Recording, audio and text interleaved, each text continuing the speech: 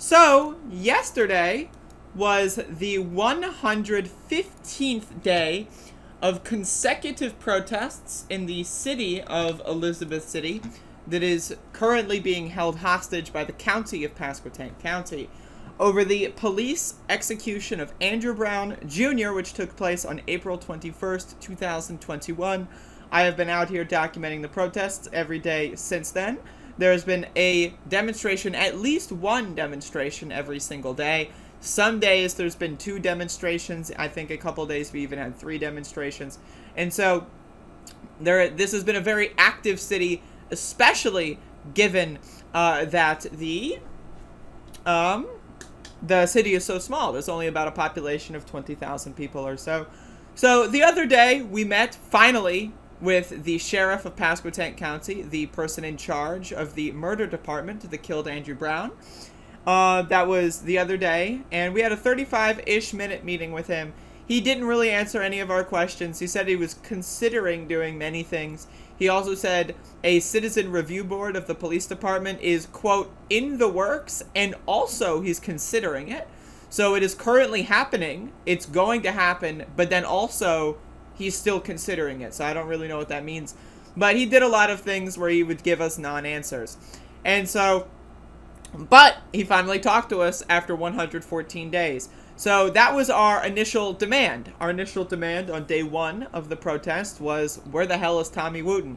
So, demand met. Now, that does not mean we're going to stop protesting, of course, because our other demands are simple. Release all of the body camera footage instead of only 20 minutes. And also, at the very least, fire these 7 deputies that were involved in the shooting of Andrew Brown Jr.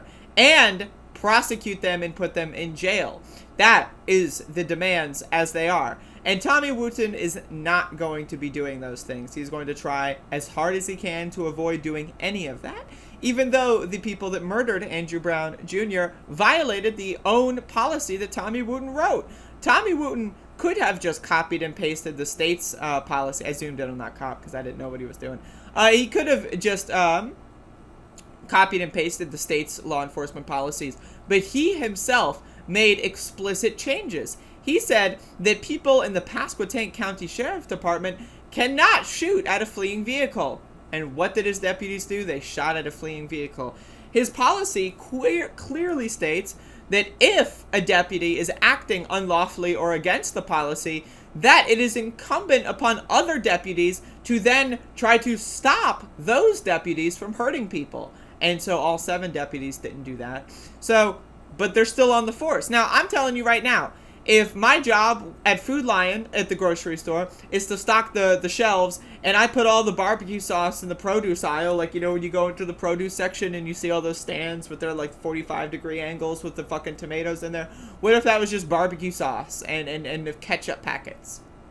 You know what would probably happen? I'd probably get fired because I wasn't doing my goddamn job. But when it comes to killing people, doing things that actually matter, these people are still walking into Muddy Waters, the coffee shop in town, getting some coffee and going on their day. This is unacceptable, folks. It is absolutely, positively unacceptable. And so, we've been out here for 115 days in a row. Not a single day has been missed. And the demonstrations have been happening. And they will continue to happen until justice is acquired. As you can see, the statue is still there.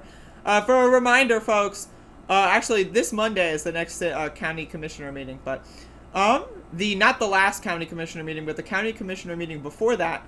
Afterwards, we asked one of the county commissioners when that statue would be taken down. And he said, quote, by the end of next week. That's what he said. And so that was about 3 weeks ago.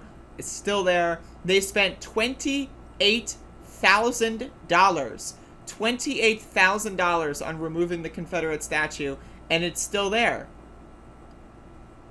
You're telling me you're spending $28,000 and you can't get it removed like the next day? Where is that money going? Where did that money go? And how long is it going to take until the thing is gone?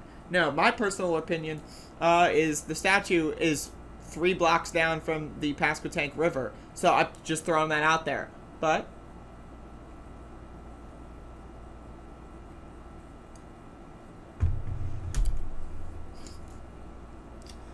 But either way, again, we are doing some pretty good demonstrations out here. Things are going pretty well. And I'm just super proud of everyone in Elizabeth City, because Elizabeth City is showing the world a new way, I guess, question mark, of protesting. And it's, you know, again, 115 days of nonviolence, and what did we get? That's the lesson a lot of us are learning. But that doesn't mean we're going to stop doing what we're doing. We're going to stay the course. We're going to be marching for justice.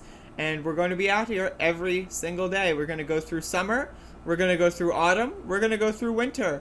And we're going to be here on April 21st, 2022. 1 year after Andrew was killed. And we're going to see where we got, what we got.